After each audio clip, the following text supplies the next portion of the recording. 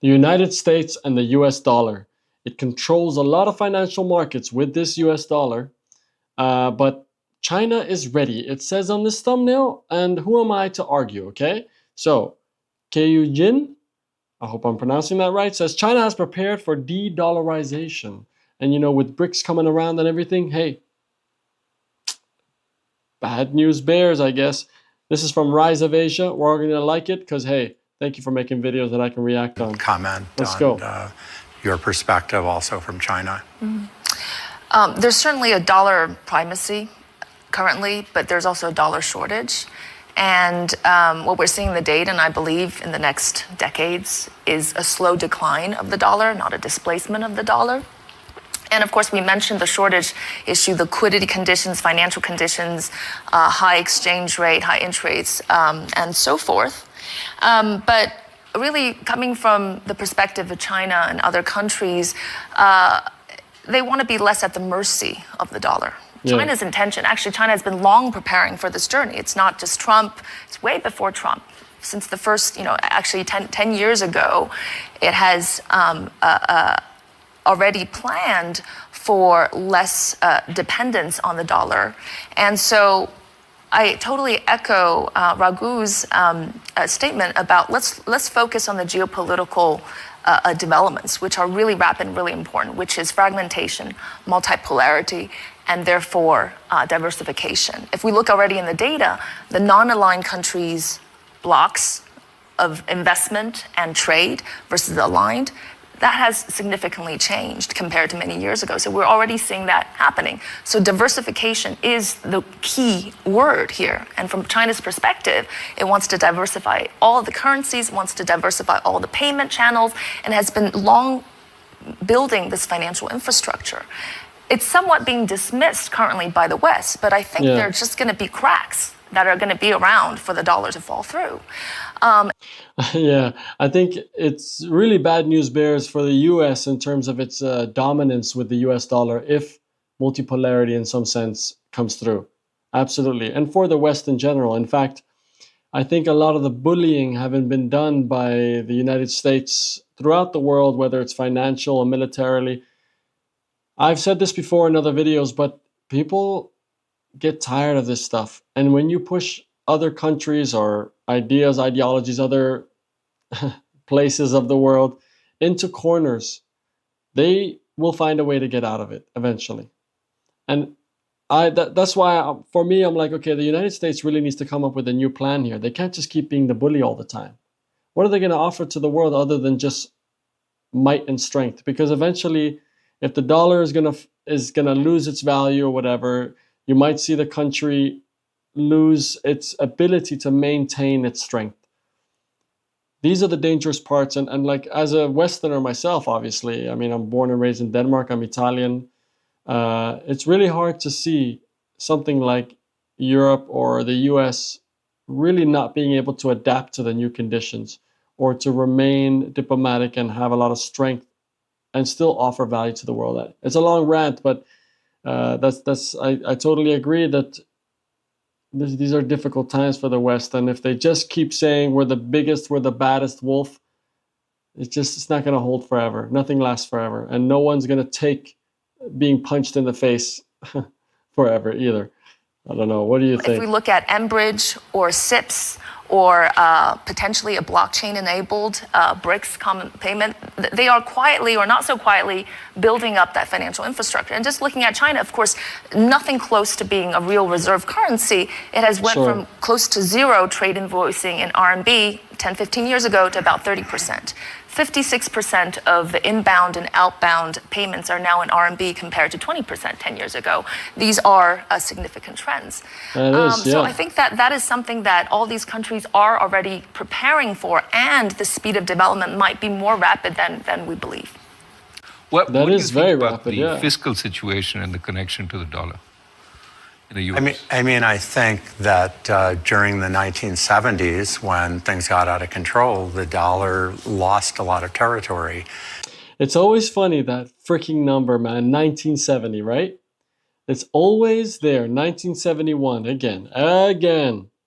What the hell happened in 1971? Let me share.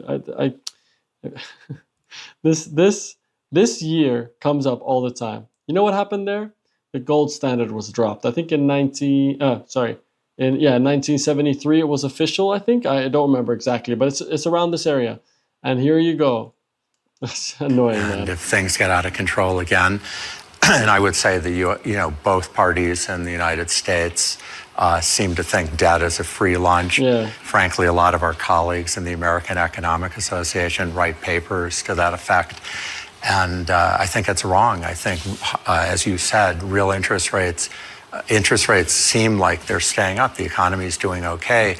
Suddenly, the debt, which was costing us a couple $100 billion a year, is suddenly pushing up to $1 trillion a year in just interest costs. It's bigger than our armed forces.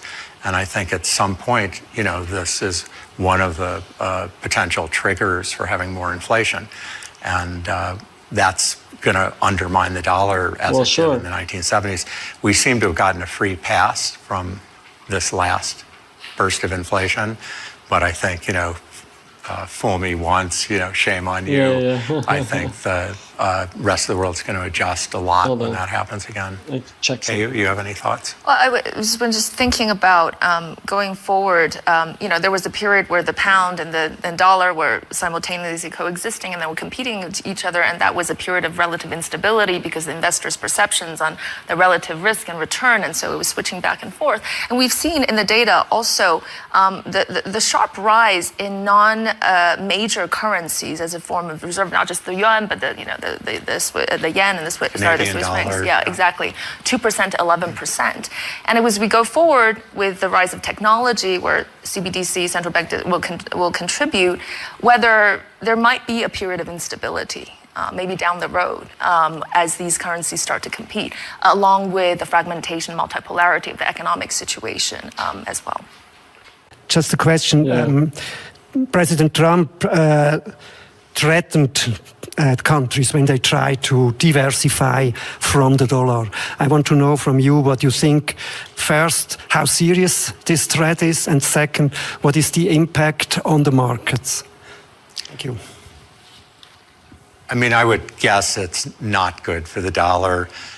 You want to persuade people to use your currency because this is exactly the bullying tactic, right?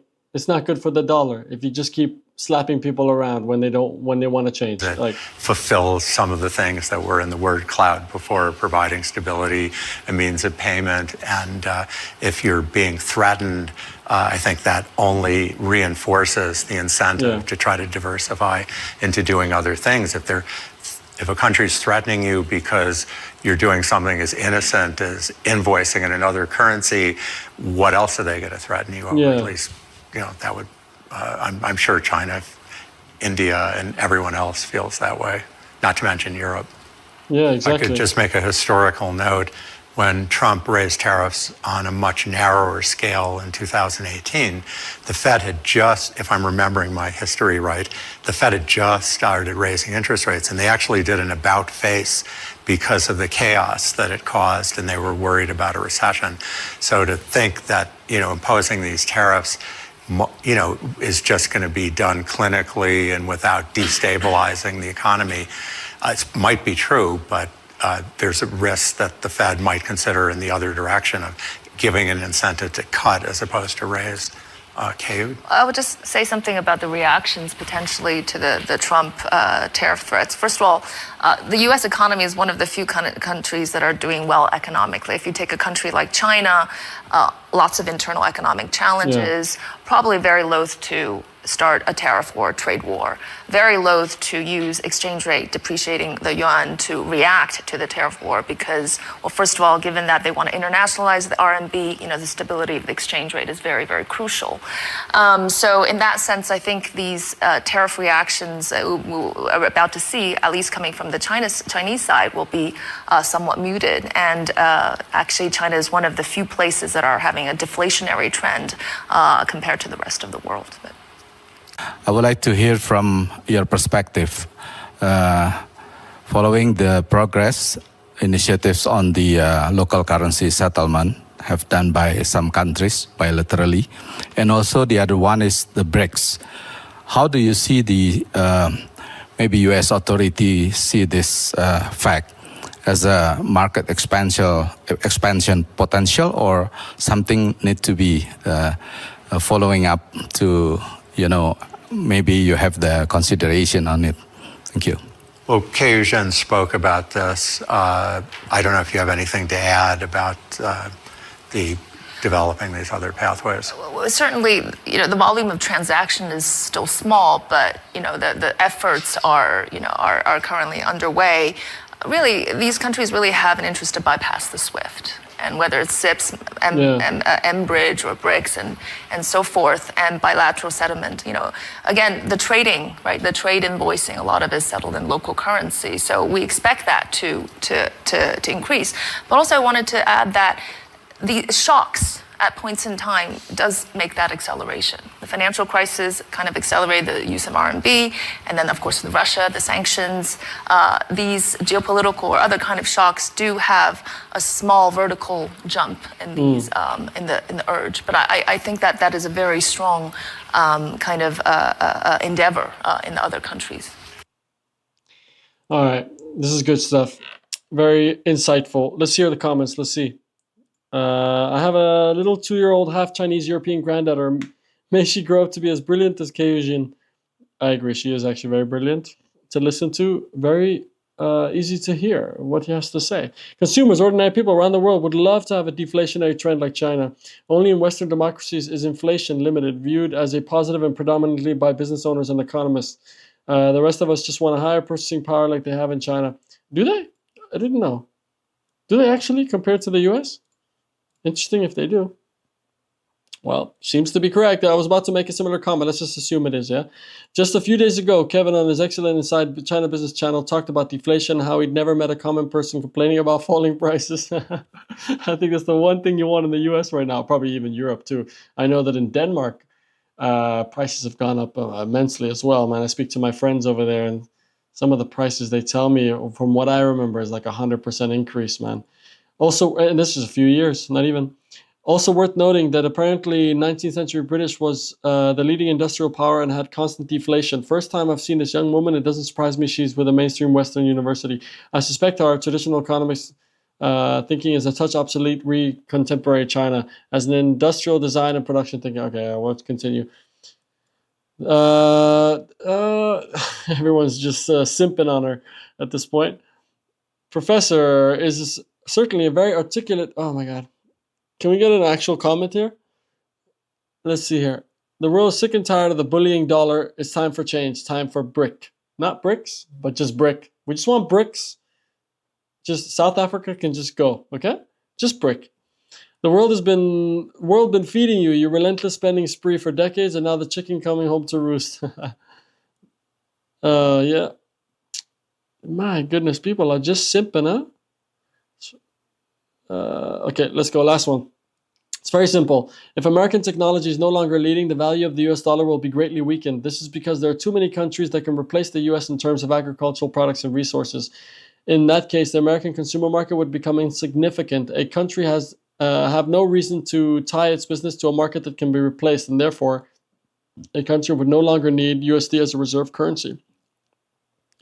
Man, it's just if you just look at it at the simplest way, like, because obviously this topic is incredibly complicated, and like none of us here, especially me, should assume to know anything about it, or to be knowledgeable at all. All I can tell you is this: the U.S., just from the simplest of perspectives, feels like it's gaining more and more irrelevance, and it can be in many aspects, not just financial. It just feels like people are sick and tired of looking to the West as a beacon of hope or some form of standard, because it's just not the case.